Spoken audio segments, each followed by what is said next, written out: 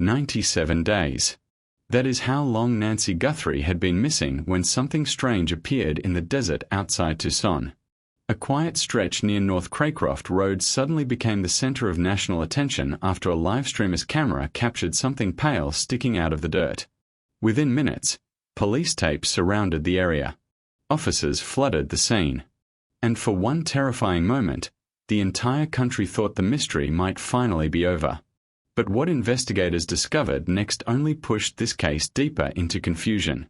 The morning of May 7th started like many others in the search for answers. A true crime livestreamer named Alec Weisapel was walking through the desert near North Craycroft Road and East River Road while filming for his YouTube channel. He had spent weeks independently searching areas connected to the disappearance. Then he noticed something unusual in the soil. Something white. Something that looked disturbingly human. He stopped immediately and called police. Within minutes, the area was sealed off and investigators began documenting the scene. The location sat only a few miles from Nance's home in the Catalina foothills. For the Guthrie family, it felt like the moment they had feared for months. But then the story took a turn nobody expected. One officer reportedly told Weisapel that the remains appeared extremely old, possibly decades or even centuries old. Soon after, Tucson police confirmed the bone was human but announced it was being treated as a prehistoric anthropological discovery, not evidence tied to Nance's case. Experts from the University of Arizona Anthropology Department were called in alongside the medical examiner's office. Investigators explained that the region sits within ancestral Hohokam territory, an area where ancient remains are occasionally uncovered during construction or desert searches. Relief spread quickly online. The remains were almost certainly unrelated. But that relief lasted only a few hours before another question took over. If this was not Nancy, then where was she? And why did investigators suddenly seem more unsettled than before? The timing made everything feel even stranger because just one day earlier, something unusual had happened on live television. Savannah Guthrie quietly left the Today set during the middle of the broadcast. Co-anchor Craig Melvin casually told viewers she had to leave early and would return the next day. Most people barely noticed, but followers of the case immediately did. It was reportedly the second sudden departure in only a few weeks. The first had happened during an interview segment involving Anne Hathaway, when Savannah unexpectedly vanished after a commercial break and Hoda Kotb quietly took over. No explanation was ever given. And that silence triggered speculation almost immediately. Then reports surfaced claiming NBC producers allegedly had a private internal code for notifying Savannah if there were developments involving her mother's disappearance. According to those claims, she would be removed from the set immediately and briefed privately while the network prepared coverage. Nothing official confirmed the story, but it spread rapidly online. Former FBI agent Jennifer Korfendaffer publicly admitted that every time Savannah unexpectedly left the show, she wondered whether there had finally been a breakthrough. Social media exploded with theories. Was NBC hiding something? Was law enforcement quietly preparing the family for devastating news? Or was it all coincidence? The uncertainty only added to the growing tension surrounding the case. And then investigators began focusing on an even darker possibility. On May 6th, News Nation aired a special report featuring several respected criminal profilers who discussed what they believed truly happened the night Nancy disappeared. Among them was Ann Burgess, one of the pioneers behind the FBI's behavioral science work. During the broadcast, Burgess suggested the masked man seen on Nance's doorbell camera may have simply been a disposable operative in a much larger plan. When asked who might eliminate someone like that, her answer was chillingly simple: the boss. The implications stunned viewers. According to this theory, the man at the front door was never the mastermind. He was only a small piece of a carefully planned operation. But if that is true, then who was really behind it? Another profiler, Gary Bricado, examined the footage closely and argued the suspect handled his weapon awkwardly, calling it amateur behavior. Retired Arizona law enforcement officials pointed out the way the firearm was tucked into the waistband resembled a style sometimes nicknamed Mexican carry. Brucato believed the suspect may have been hired for a specific task and later silenced to erase any connection to the true organizer. That theory grew even darker when experts pointed to another strange detail. Nance's front and back doors appeared to have been used separately, suggesting more than one person may have been involved. If investigators are right, then the masked man seen on camera may never have acted alone. Jennifer Korfendaffer later studied the footage frame by frame and noticed something unsettling. The suspect moved directly toward the camera without hesitation. His head stayed low, but his path was deliberate. According to Korfendaffer, that suggests familiarity with the house layout and the security system. In other words, this may not have been random at all. Someone either knew the property beforehand or had been given detailed instructions. That possibility changed the entire conversation around the case. Suddenly, investigators and commentators began asking whether the person responsible could have known Nancy personally.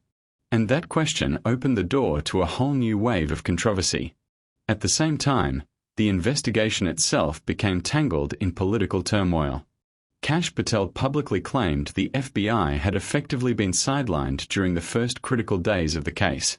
According to Patel, federal agents had resources ready immediately, including aircraft prepared to transport DNA evidence directly to Quantico, but local authorities allegedly delayed cooperation.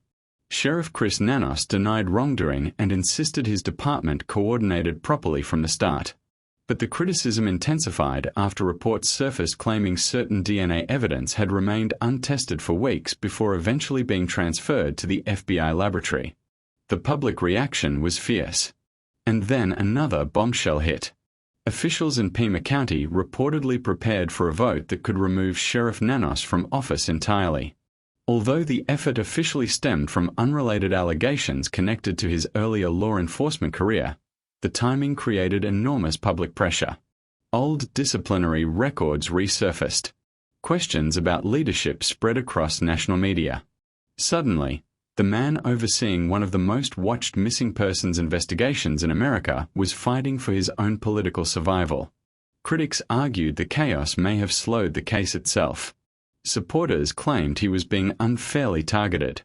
Either way, confidence in the investigation was beginning to fracture. Meanwhile, rumors inside the family circle added another painful layer to the story. Investigative blogger Jonathan Lee Riches posted claims online suggesting financial tensions may have existed before Nancy vanished. According to those allegations, Nancy had reportedly refused a request for money shortly before her disappearance. Other rumors suggested someone may have already been planning to move into her home. None of these claims were independently verified, but they spread rapidly through true crime communities. Then former television host Ashley Banfield publicly suggested that Nance's son-in-law, Tommaso Cioni, deserved closer scrutiny because he was reportedly the last known person to see her alive. That accusation immediately triggered backlash. Jennifer Korfendaffer strongly defended Tommaso, arguing there was no physical match between him and the masked individual seen on the porch footage. She dismissed the speculation as irresponsible.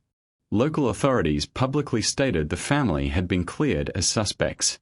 Yet Sheriff Nanos complicated matters by later remarking cryptically that nobody is cleared. That single phrase reignited every rumor all over again. Was it simply cautious investigative language? Or was it a signal that police still had unanswered questions about people close to Nancy? The uncertainty kept spiraling. And eventually, attention turned toward something even more unsettling. The border. Nance's home sits only about 60 miles from the Mexican border, and several investigators privately admitted they had considered the possibility that the case extended beyond Arizona. Retired law enforcement officials pointed again to the suspect's firearm style and the geographic proximity to Nogales and Sonora. Some theorized the perpetrator may have fled south quickly after the abduction. Others believed the operation itself may have involved people familiar with cross-border criminal activity. Anonymous ransom-style letters later deepened the mystery further. One letter claimed Nancy was already dead. Another claimed she had been seen alive somewhere in the Mexican state of Sonora. Mexican officials publicly stated there was no confirmed evidence she had entered the country, but the letters kept circulating anyway. Then another remarkable development occurred. A volunteer search group from Sonora known as Madres Buscadoras de Sonora traveled to Tucson hoping to assist in the search. The organization, founded by Ceci Flores-Amenta, is famous across Mexico for locating missing persons using grassroots search methods. Local authorities reportedly denied them formal search permission, saying trained investigators were already handling the case. But members of the group still distributed flyers and quietly searched neighborhoods near Nance's home. They eventually returned to Mexico without answers. Yet their involvement left behind one haunting question. If the truth really lies south of the border, who is willing to follow it there? As Mother's Day approached, Savannah Guthrie shared an emotional social media tribute to her mother that spread across the internet. The video showed Nancy laughing with grandchildren, standing in her kitchen, and enjoying quiet family moments before the disappearance. Savannah wrote that the family misses her with every breath and promised they would never stop searching. The FBI reward in the case has now grown to more than $1 million after both federal authorities and the family contributed additional funds. Thousands of tips have poured into investigators from across the country. Yet despite the attention, despite the media coverage, despite the endless theories, Nancy remains missing. Hope still exists, though. Elizabeth Smart publicly reminded viewers that long-term recoveries are possible. She pointed to cases where victims survived captivity for years before finally escaping or being rescued. Smart herself was found alive after months in captivity. Others, like J.C. Duggett, survived for nearly 2 decades before returning home. That perspective has become a lifeline for many following Nance's case. Because until there is proof otherwise, the possibility remains that she is still alive somewhere, waiting to be found. Now investigators are reportedly waiting on advanced forensic analysis from a laboratory connected to DNA breakthroughs in other major criminal cases. Authorities believe mixed DNA recovered inside Nance's home could eventually reveal crucial answers, but separating and analyzing those genetic strands may take months. For a missing woman in her 80s who reportedly depended on daily medication, every passing week feels unbearable. And that is what makes this case so haunting. After all the searches, the theories, the television debates, and the rumors, one terrifying question still remains unanswered. What really happened to Nancy Guthrie the night she vanished?